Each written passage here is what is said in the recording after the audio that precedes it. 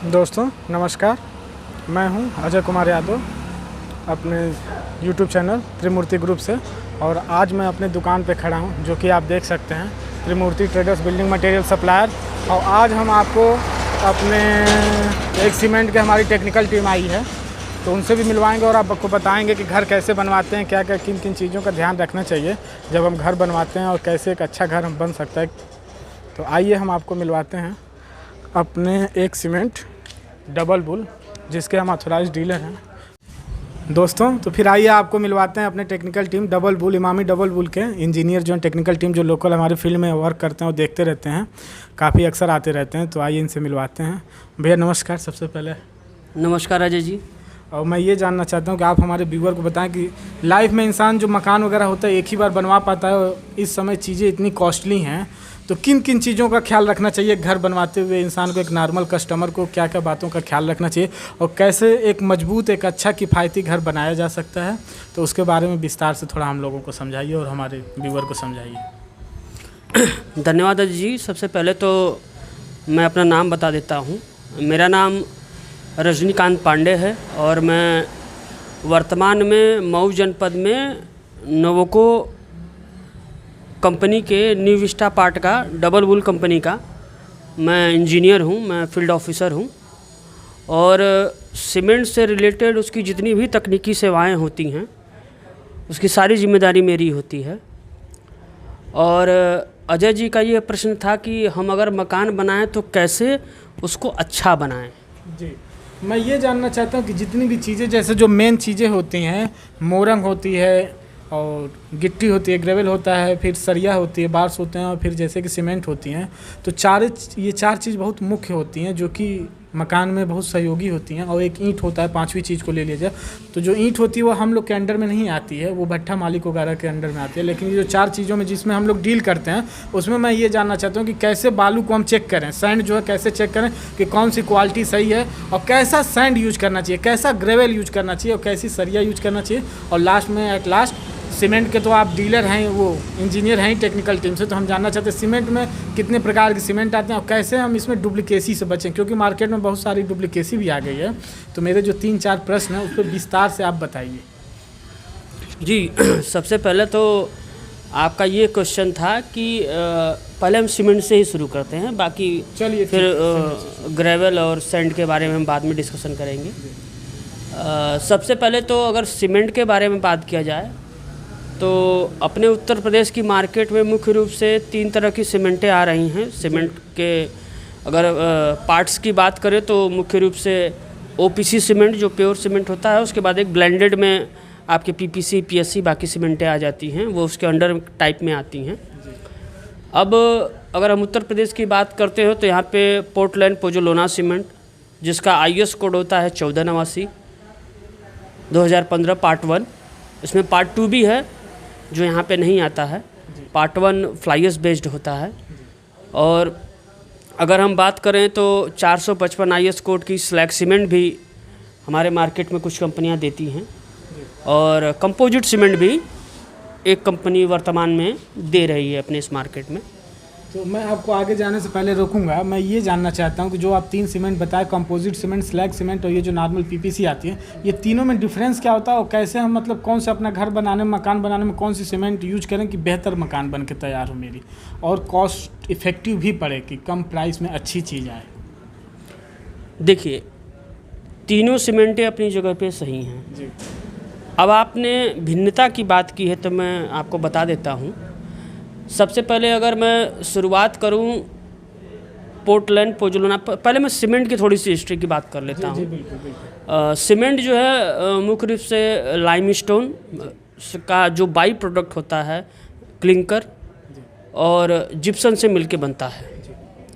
ये सीमेंट का मुख्य पार्ट हो गया।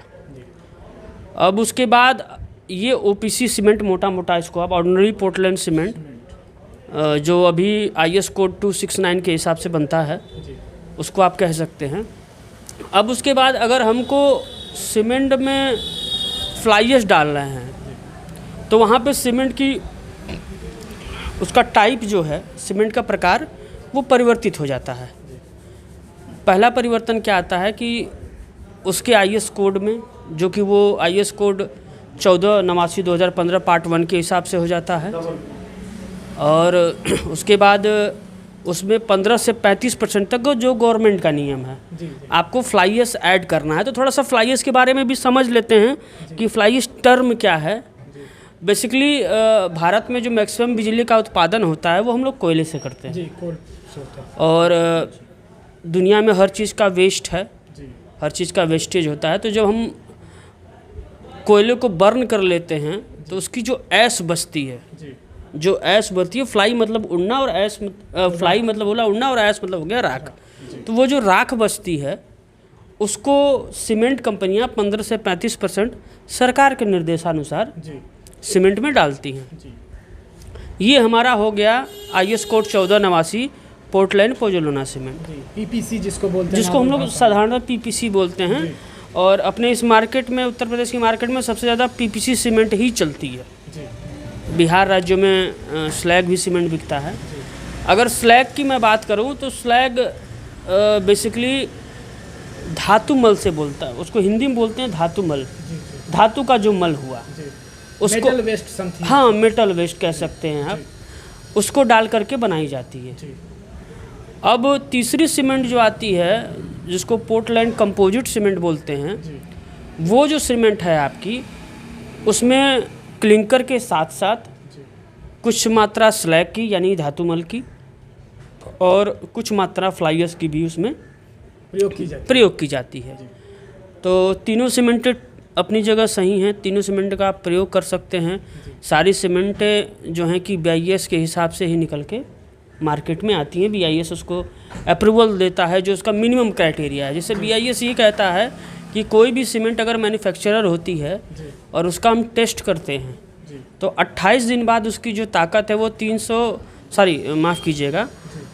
MPa से ऊपर आनी चाहिए। 33 MPa से 28 दिन बाद उसकी ताकत आनी चाहिए। हाँ, उसके ऊपर आनी चाहिए। 33 MPa 330 किलो प्रति सेंटीमीटर स्क्वायर भी उसको बोलते हैं। मेगा पास्कल बेसिकली एक जो प्रेशर के जो यूनिट है उसका वो है, तो उसको 33 MPa ही बोला जाता है। वो मिनिमम उसकी स्ट्रेंथ है। और 3 दिन में कम से कम 16 आनी चाहिए, 7 दिन में कम से कम आपकी 22 MPa की स्ट्रेंथ आनी चाहिए। तभी सरकार उसको BIS का अप्रूवल देती है, अप्रूव देगी, सर्टिफिकेशन देगी कि आप सर्टिफिकेशन देगी, सोल्ड कर सकते हैं। तो वो 33.5 भी हो सकता है, 50 भी हो सकता है, 45 भी हो सकता है। वो कंपनी की क्वालिटी के हिसाब से डिपेंड करता है। ये तो मान लीजिए मोटा मोटा हमने सीमेंट की बात कर ली।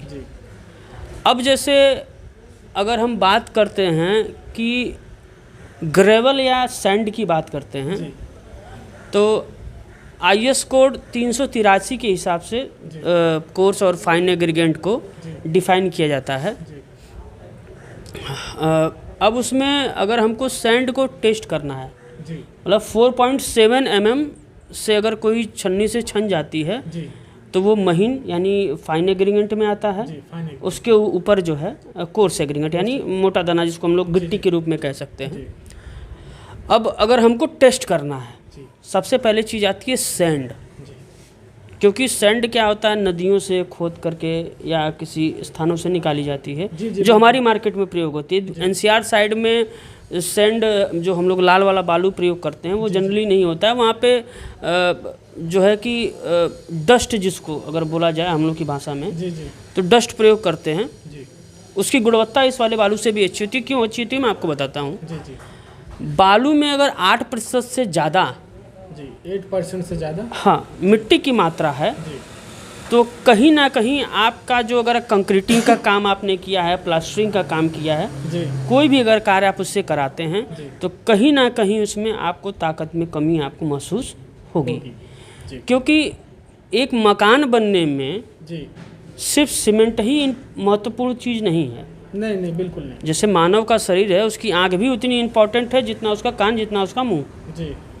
तो उसी प्रकार उसमें जितने भी तत्व मिलाए जाते हैं, जैसे हमारा हो गया अगर हम ढलाई कर रहे हैं तो गिट्टी, बालू, सीमेंट, पानी का भी अपना महत्व है। अच्छा। और उसके रेशियो का भी अपना महत्व है। अगर हम वाटर सीमेंट रेशियो सही से मेंटेन नहीं करते हैं तो कंक्रीटिंग का जो है कि सीमेंट का बह जाना, जिसकी वजह से पोरस कंक्रीट बन जाती है, जी जी स्ट्रेंथ भी कम आ जाती है, कम आ जाती है, पोरस होने की वजह से कमजोर भी हो जाता है। कमज़ोर भी हो जाता है, कहीं कहीं सीपेज की भी समस्या आ जाती है अगर हम कॉम्पैक्शन वगैरह प्रॉपर नहीं करते हैं, नहीं करते हैं, जी या फिर अगर ज़्यादा हर चीज़ का एक नियम है हर कार्य करने का। हम 1.5 फुट से ऊपर से अगर अपने कंक्रीट के बने हुए मटेरियल को ढलाई वाली जगह पे डालते हैं, अगर मान लीजिए हम हैंड मिक्सिंग कर रहे हैं, हाथ से बना रहे हैं, तो उससे क्या होता है कि कंक्रीट का सेग्रीगेशन होता है, जी जी पृथकीकरण हो जाता है, जी गिट्टी अलग हो जाएगी, बालू लगे, क्योंकि ये कंक्रीट क्या है कि ये सब चीज़ों को मिला के बनता है, मिला के मिक्स करके बनता बनता है एक रेशियो में। है जी। अब दूसरा चीज़ कि सीमेंट की पहचान कैसे करें, जी कि कौन सी सीमेंट ओरिजिनल है और कौन सी नकली है। मैं ये जानना चाहूँगा कि एक लोकल देसी भाषा में जिसको बोलते हैं कि एक आम आदमी भी समझ जाए, चूँकि मार्केट में इतना ज़्यादा डुप्लीकेसी हो रखी है कि इंसान समझ नहीं पाता, रेट का फ़र्क हो जाता है 20 से 30 रुपये 10 रुपये, तो फिर इंसान समझ नहीं पाता कस्टमर एज अ लोकल कि इसमें डिफरेंस क्या है। और उस वहाँ दुकानदार भी सफ़र करता है और दुकानदार अपना लॉस सफ़र करता है, और कहीं ना कहीं कंज्यूमर उससे भी बड़ा कस्टमर लॉस सफ़र करता है कि उसकी मकान की स्ट्रेंथ बहुत ही ज़्यादा लो हो जाती है, और जो ड्यूरेबिलिटी मकान के चलने की वो तो मान लीजिए कि सफ़र करेगा ही। जो उस मकान को 20 से 50 साल 60 साल 100 साल चलना चाहिए, वो 30 साल में ही दिक्कत फिर आने लगती है। तो एक नॉर्मल भाषा में एक नॉर्मल इंसान समझ जाए कि मेरी क्वालिटी में कहाँ अंतर है। देखिए 2-3 चीज़ें हैं। जी पहला चीज़ क्या है कि सीमेंट के बोरी को देख करके, दूर से देख करके जी हम ये नहीं डिसाइड कर सकते कि वो सीमेंट नकली है या असली। जी कोई भी अगर कंपनी सीमेंट बनाती है जी तो BIS उसको कहता है जी कि आपने कितने %, अगर आप पोजलोना सीमेंट लगा रहे हैं, PPC सीमेंट लगा रहे हैं, बना रहे हैं, जी तो उसमें जो है कि आपको फ्लाई ऐश की मात्रा अपने बोरी पे लिख के देनी है। जी ये तो पहली चीज़ हो गई, बोरी पे लिखना ही पड़ेगा। कंपोजिशन आपको लिखना है कि कितना % क्या है। हाँ, मतलब फ्लाई ऐश का कंपोजिशन लिखना अच्छा, है। केवल फ्लाई इसका। जी जी। फिर उसके बाद जो है वो मैन्युफैक्चरर कहाँ से होती है, जी पूरा उसकी डिटेल। जी मैन्युफैक्चरिंग एड्रेस की किस प्लांट से रिलीज कर रहे हैं आप, हाँ, बैग किस को? प्लांट से जी, रीड कर रहे हैं। अगर ग्रामीण क्षेत्र में आता है तो गांव का नाम, शहरी क्षेत्र में तो समानता होता नहीं है, ग्रामीण क्षेत्रों में ही होता है, तो उनको पूरा जिला एड्रेस वगैरह। उस पे मेंशन होना चाहिए हाँ, कि किस एड्रेस। प्लांट से ये बैग जो है मैन्युफैक्चर हुआ है। जी एक चीज़ और है जिससे हम पता कर सकते हैं, जी हर सीमेंट की बोरी पे जी एक चीज़ और लिखी होती है, जो बीच में आपको रोकूंगा, बैग पे ही एक चीज़ लिखी होती है कि बेस्ट बिफोर 3 मंथ। जी जैसे हम कोई प्रोडक्ट खरीदते हैं खाने वाला, तो उसमें लिखा रहता है 6 महीने से पहले प्रयोग करना है। आप ऐसा कहना चाहते हैं एक्सपायरी डेट टाइप का कुछ लिखा रहता है कि हाँ, कि इस बिल्कुल। समय के बाद ये सीमेंट बिल्कुल जो है प्रयोग नहीं कर सकते, जी। नहीं प्रयोग कर सकते हैं, लेकिन उसको टेस्ट करने के बाद करें। टेस्ट करने के बाद। जी तो उस पर सीमेंट कंपनियां डेट नहीं लिखती, वीक लिखती हैं, जी कौन से वीक का सीमेंट बना है। जी मान लीजिए अगर दूसरा वीक लिख रही जी। हैं, तो इसका मतलब है जनवरी के दूसरा वीक से, अच्छा ठीक 7 दिन 8वें दिन से लेकर के 14 दिन तक का जी। वो हो सकता है। जी तो ये वीक नंबर, ईयर, साल, MRP, ये सारी चीज़ें आपको उस पर मेंशन मिलेंगी जी बैग पे। जी तो सामान्यतः यही होता है कि कस्टमर उस चीज़ को इग्नोर करता है। जी इस चीज़ को इग्नोर कभी नहीं करना चाहिए, जी बिल्कुल। क्योंकि सीमेंट कितना फ्रेश है जी वो उसके वीक नंबर से ही पता चलता है।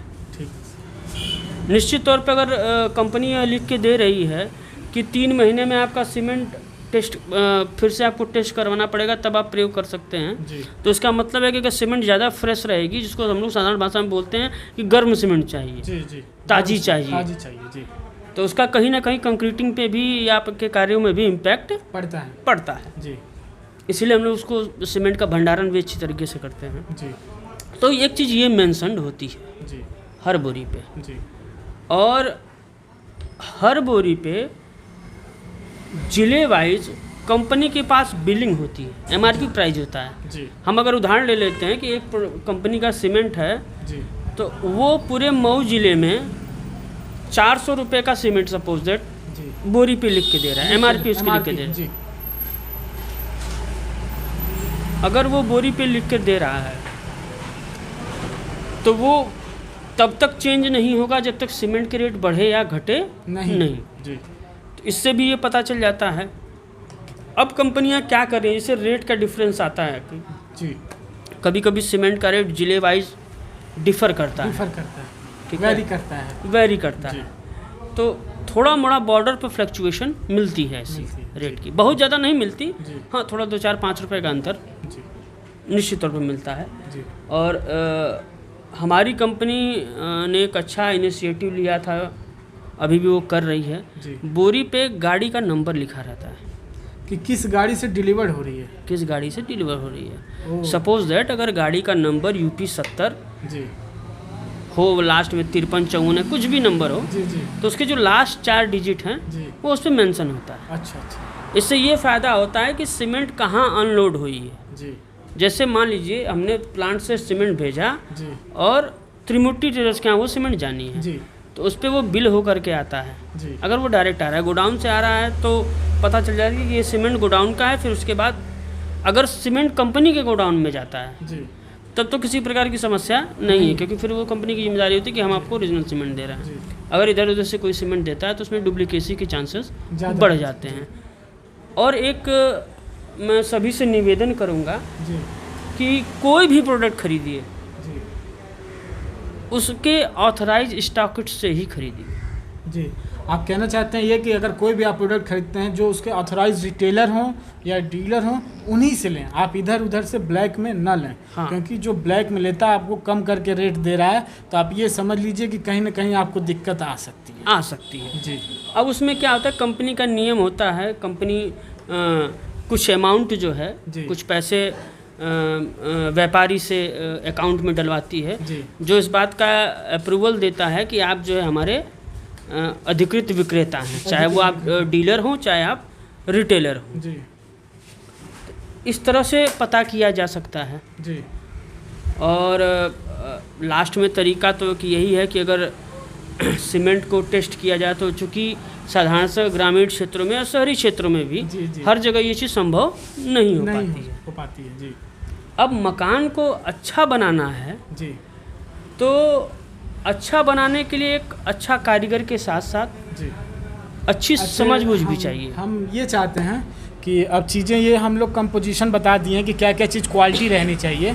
एक चीज़ की क्वालिटी आप और हमें बता दें कि जो ग्रेवल होता है, गिट्टी होती है, उसकी कितने mm यूज किया जाए और कैसी गिट्टी यूज किया जाए कि बेहतर एक हम आधा इंची, पौना इंची, आधा इंची, हाँ 60-40, 10 mm, 20 mm, 60-40 का मिक्सअप। 60-40 का, इसमें 60 में क्या रहना चाहिए, मैं समझ नहीं पाया। 60-40 मतलब 20 mm की, जो 20 mm की ग्रेवल होगी वो आपकी 60% और उसके बाद 10 mm की 40%। उसके बाद जो कंक्रीटिंग में जगह भरती है वो बालू भरता है और सीमेंट उसको पैक कर देता है। कहने का मतलब लोग जब मार्केट से मतलब आते हैं, कस्टमर आते हैं तो कहता है हमको 20 mm ही चाहिए, तो ऐसा उनको नहीं करना चाहिए, 10 mm भी जरूरी है उसमें। बिल्कुल। कहने का मतलब देखिए सामान्यतः क्षेत्रों में क्या होता है कि जो हमारे राजमिस्त्री बंधु होते हैं, जानकारी का अभाव होता है।